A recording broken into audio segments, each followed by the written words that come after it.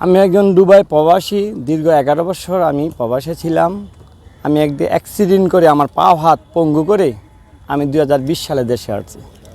এই পর্যন্ত আমি বেকার জীবন যাপন করছি। আমি আমার ওয়াইফে বলছে আবার তুমি প্রবাসে চলে যাও, কিন্তু আমার মনে জোর আছে, কিন্তু পায়ে জোর নাই। কারণ পাও আমার বাঙ্গা, পাও আমার পোড়া। আমি এর জন্য আবার নতুন করে আমার ওয়াইফের কথায় আমি বিদেশের জন্য সৌদি আরব আমার এক বন্ধুকে বলছি, বন্ধু আমাকে একটা ভিসা দাও, ফ্রি ভিসা দাও, আমি যাই যদি দুবাই সৌদি কাজ না করতে পারি আমি এখনকার ঘটনাটা বলেন, আপনি দুবাই প্রবাসী, তারপর কি হয়েছে আমি প্রবাসী। আমার বাড়িঘর রাতের অন্ধকারে 8 তারিখে 7 তারিখে ডক্টর ইনোজ স্যার তত্ত্বাবধায়ক সরকার হয়েছে 7 তারিখে। 8 তারিখ, হ্যাঁ বলেন।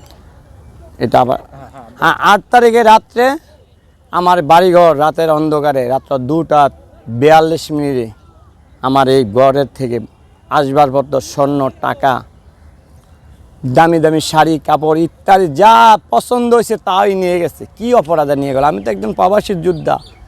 আমার 2 কোটি প্রবাসীর যোদ্ধা ভাইরা জানে কি পরিশ্রম করে দুবাই এই প্রবাসে কাজ করতে হয়, হাড় ভাঙা পরিশ্রম।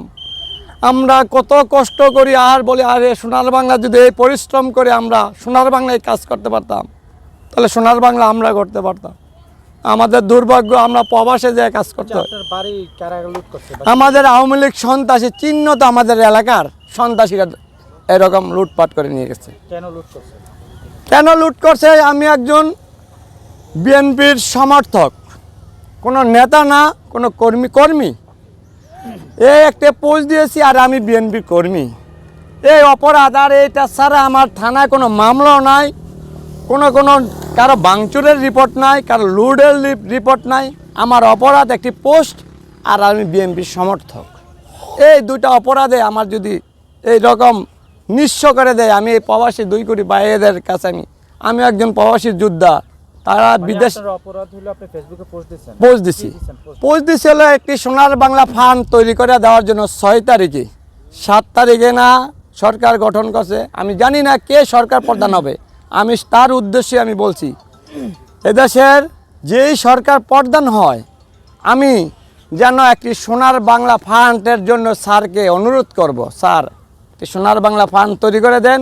আমি প্রবাসে যাব, এই ফান্ড নিয়ে আমি কাজ করব, যার থেকে যা পারি 1 টাকা 10 টাকা।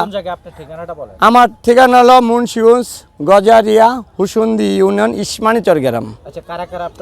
আমার এখানে বাড়িতে লুট করছে আতাউর, সংগ্রাম, নিজুম, অপু, সাগর, তাম্বির, তারপরে হেলমেট পরার লোকজন ছিল। আমার ওয়াইফে চিনতে পারে না। আমি ডরে আমি ঘরে ঘুমাইতাম না। তাদের এই সন্ত্রাসীরা হুমকি দিত, আমরা আসতাছি, আমরা আসব, ঠিক থাকিস, পুড়িয়ে দিমু। ফেসবুকে এবারে এই স্ট্যাটাস তাদের আছে। এবং 8 তারিখে ঠিকই তারা আসছে। 8 তারিখে আইসে আমার বউকে শটগান, পিস্তল, গুল্লি, পেট্রোল জানালা খুলে বলছে খোল, যদি খুললে না খোলস তাহলে আমরা ঘরে আসলে তার বাঁচন নাই। তখন আমার ওয়াইফ ভয়ে দরজা খুলে দেয়। বুড়ে বলছে আমার ছেলে মেয়েরে কিচ্ছু বলবি না, আমার যা কিছু আছে সব নিয়ে যা, আমার স্বামী ঘরে না। তারা তখন শটগান ঠেকায়া চাবি আলমারি নিয়ে শোকেসের ওয়ার্ডরের সব তিন্ন করে পঙ্খন্ন করে সব লুটপাট করে। এটা হলো ভিডিও ফুটেজ। এই ভিডিও ফুটেজে আছে কারা সন্ত্রাস, কারা লুট করছে, আমার মুখের কথা না। এখন এই ভিডিও ফুটেজ যদি আমার কোনো, আমি ডক্টর ইনোজ স্যারকে বলবো এই দেশে সন্ত্রাস। আমি মামলা করেছি, আমলে নিয়েছে। মামলার আমলে তারা কোনো সন্ত্রাসের কোনো পদক্ষেপ নিচ্ছে না। তারা এখনও আমাদের এলাকার বাইরে তারা ঘুরতে আছে, দেখতেছে, মানুষ বলতেছে এখানে আছে এখানে আছে। তার আত্মগোপ ভয়ে আমি এখনও বাদ যেতে পারি না। আমি রাস্তায় আমার আত্মীয় স্বজনের বাড়িতে ঘুমাচ্ছি। আমার ওয়াইফ তাদের, আমার ছেলেটারে, আমার মেয়েটারে নিয়ে রাত্রে খুব আতঙ্কে রাত কাটায়। এই আতঙ্ক কবে শেষ হবে? এই দেশ বলে সন্ত্রাস মুক্ত, এই দেশ বলে আমাদের আর কি বলবো, আমার বাসা নাই। আমি একটি সেনাবাহিনী এবারে তদন্ত করছে। তদন্ত করলে আমও যদি না নেয়, অ্যাকশান দিলে এই প্রতিবাদের কি হবে ভাই? আমি যেন ডাক্তার ইনোজ স্যারে বলবো, আমি এই দেশে বহুত টাকা পাঠাইছি। আমি একজন প্রবাসী যোদ্ধা, ব্যাংকের মাধ্যমে রেমিটেন্স পাঠাইছি।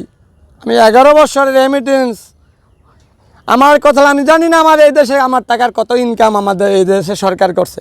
1 টাকা করছে, 100 টাকা করছে। আপনি এখন কি চাচ্ছেন? আমি চাই আমার বিচার, এবং আমি এই দেশে আমার তো পাসপোর্টটা নিয়ে গেছে, আমার ভিসাটা এখন আছে। কে নিয়ে গেছে পাসপোর্ট? এই সন্ত্রাসীরা লুটপাট করি। আচ্ছা, আমার ভিসা সৌদির ভিসা এখনও আমার পেন্ডিংয়ে আছে। এখন আর আমি বিদেশে যাব না। আমি এই দেশে যেন হাড় ভাঙ্গা পরিশ্রম করব, আমার যেন এই দেশের সরকারে আমি 10,000 টাকা এখন আমার পকেটে নিয়ে ঘুরতেছি, বলে এই দেশে উন্নয়নের জন্য, আমি রাষ্ট্রপ্রধানদের দেওয়ার জন্য।